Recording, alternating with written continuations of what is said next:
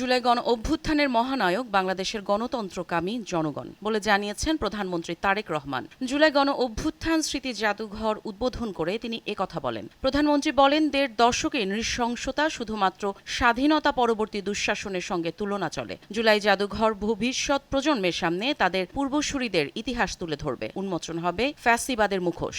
এর আগে অন্তর্বর্তী সরকারের সাবেক প্রধান উপদেষ্টা অধ্যাপক ড মোহাম্মদ ইউনূসকে সঙ্গে নিয়ে জুলাই গণ অভ্যুত্থান স্মৃতি জাদুঘর উদ্বোধন করেন প্রধানমন্ত্রী।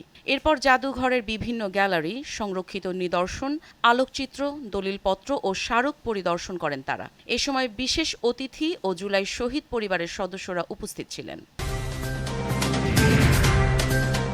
জুলাইয়ের কৃতিত্ব কেবল জনগণের, এর কোনো মাস্টার মাইন্ড নেই বলে মন্তব্য করেছেন জামায়াতে ইসলামের আমির ও বিরোধী দলীয় নেতা ডাক্তার শফিকুর রহমান। জুলাই গণ অভ্যুত্থানের দ্বিতীয় বার্ষিকী উপলক্ষে ১১ দলীয় ঐক্যের গণসমাবেশে প্রধান অতিথির বক্তব্যে তিনি একথা বলেন। এ সময় জোটের নেতারা উপস্থিত ছিলেন।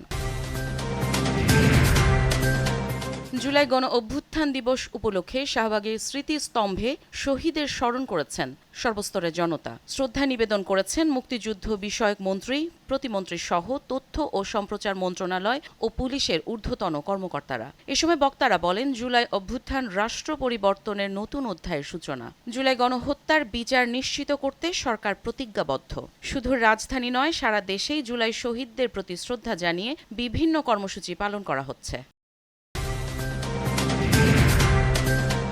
টানা ভারী বৃষ্টি ও উজানের ঢলে আবারও ফুঁসে উঠেছে তিস্তা নদী। এতে তিস্তার পানি বৃদ্ধি পেয়ে বিপদ সীমার ১৩ সেন্টিমিটার ওপর দিয়ে প্রবাহিত হচ্ছে। সকাল ৯টায় নীলফামারীর ডিমলায় ডালিয়া পয়েন্টে পানির সমতল রেকর্ড করা হয়েছে ৫২.২৮ সেন্টিমিটার। সকাল ৬টায় বিপদ সীমার ১৩ সেন্টিমিটার ওপর দিয়ে পানি প্রবাহিত হয়েছে। তিস্তার পানি বেড়ে নীলফামারীর ডিমলা উপজেলার পূর্ব ছাতনাই, খগাখড়িবাড়ি, টেপাখড়িবাড়ি, খালিশা চাপানি, ঝুনাগাছ চাপানি, গয়াবাড়ি ও জলঢাকা উপজেলার গোলমুন্ডা, ডাওয়াবাড়ি ও শৌলমারী ইউনিয়নের নিম্নাঞ্চলে পানি প্রবেশ করতে শুরু করেছে। ইরান ও যুক্তরাষ্ট্রের মধ্যে আলোচনায় অগ্রগতি হলে আজই হরমুজ প্রণালী পুনরায় খুলে দেওয়া হতে পারে বলে জানিয়েছেন মার্কিন প্রেসিডেন্ট ডোনাল্ড ট্রাম্প। তবে আলোচনা ব্যর্থ হলে ইরানকে খুব কঠোরভাবে আঘাত করা হবে বলেও হুঁশিয়ারি দিয়েছেন তিনি। মার্কিন সংবাদ মাধ্যম ফক্স নিউজকে দেওয়া এক সাক্ষাৎকারে ট্রাম্প বলেন, একমাত্র পথ হলো লড়াই করে বেরিয়ে এসে ডিল করা। এদিকে ওয়াশিংটনের সঙ্গে কোনো আলোচনা চলছে না বলে আবারও দাবি করেছে ইরানের পররাষ্ট্র মন্ত্রণালয়। শ্রীলঙ্কায় প্রবল বর্ষণের ফলে সৃষ্ট প্রাণঘাতী ভূমিধস ও আকস্মিক বন্যায় অন্তত ৭ জনের মৃত্যু হয়েছে। এ ঘটনায় আরও বেশ কয়েকজন আহত হয়েছেন।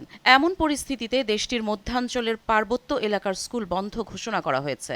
আল জাজিরার এক প্রতিবেদনে এ তথ্য জানানো হয়েছে। দেশটির দুর্যোগ ব্যবস্থাপনা কেন্দ্রের মুখপাত্র জানান, বৃষ্টি ও বন্যায় ১২৯টি বাড়ি ক্ষতিগ্রস্ত হয়েছে এবং প্রায় ৩,৫০০ মানুষকে নিরাপদ স্থানে সরিয়ে নেওয়া হয়েছে।